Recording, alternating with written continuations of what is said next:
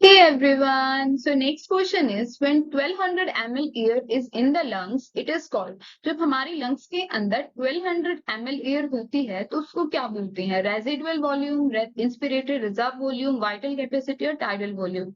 Let's discuss what are these.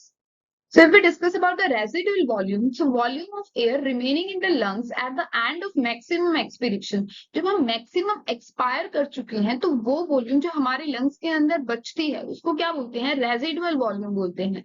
Residual volume कितनी होती है? 1200 ml होती है। ये क्या है? बेसिकली ये टोटल लंग कैपेसिटी होती है। ये क्या है? Vital capacity. ये क्या? रेजिडुअल वॉल्यूम होती है। ये क्या है? फंक्शनल रेस्पिरेटरी कैपेसिटी होती है। ये क्या है? Inspirational capacity.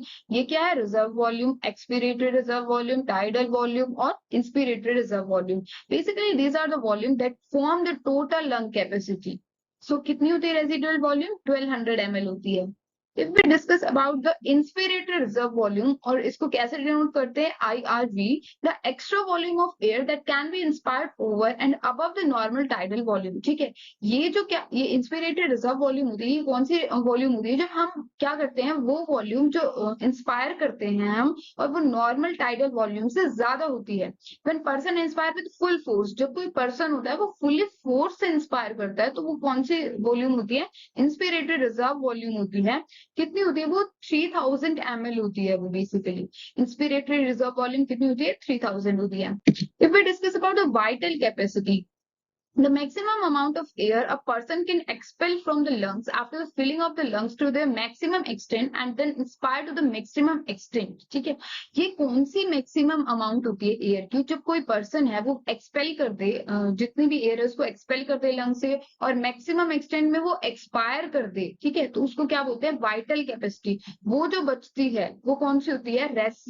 जितनी भी फोर्सफुल एक्सपिरेशन की है उसने, उसके बाद जो एयर प्रेजेंट है लंग्स के अंदर, उसको क्या बोलते हैं? वाइटल कैपेसिटी होती है वो लंग्स की।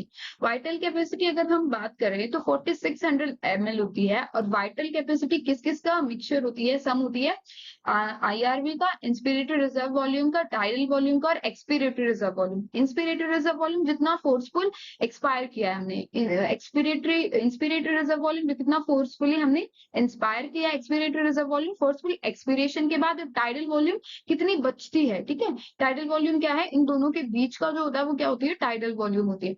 तो ये क्या होती है? Vital capacity. बेसिकली वो maximum amount of air when a person can expel from the lungs after the filling of lungs. ठीक है, लंग्स के भरने के बाद टोटली, तो वो एयर होती है जब वो पर्सन एक्सपेल करता है उसको अपनी बॉडी से, और and then expire to the maximum extent. और ठीक है, और उसके बाद क्या करता है? मैक्सिमम एक्सटेंट से एक्सपायर करता है। तो कितनी होती है? 4600 ml होती है।